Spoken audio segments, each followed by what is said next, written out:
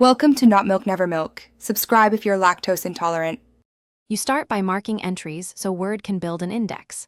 First, highlight the exact word or phrase you want indexed. This creates consistent anchors.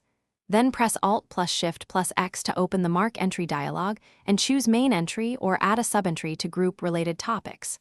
Once done, repeat only for distinct terms, don't duplicate identical phrases. This reduces clutter and makes the index meaningful rather than a list of repeated words. Now you insert the index so readers can navigate. Place the cursor where the index should go, usually at the end, then go to References and choose Insert Index. Pick a format, number of columns, and whether to show page numbers.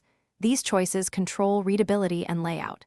Use Modify to adjust the Index 1 and Index 2 styles so headings and indented entries match your document design.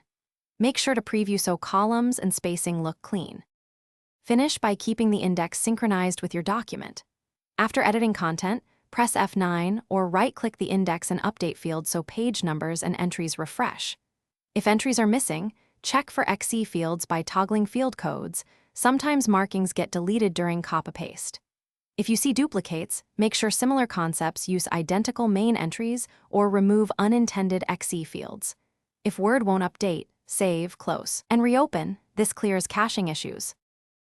Thanks for watching. If this was helpful, leave a like and consider subscribing. See you next time.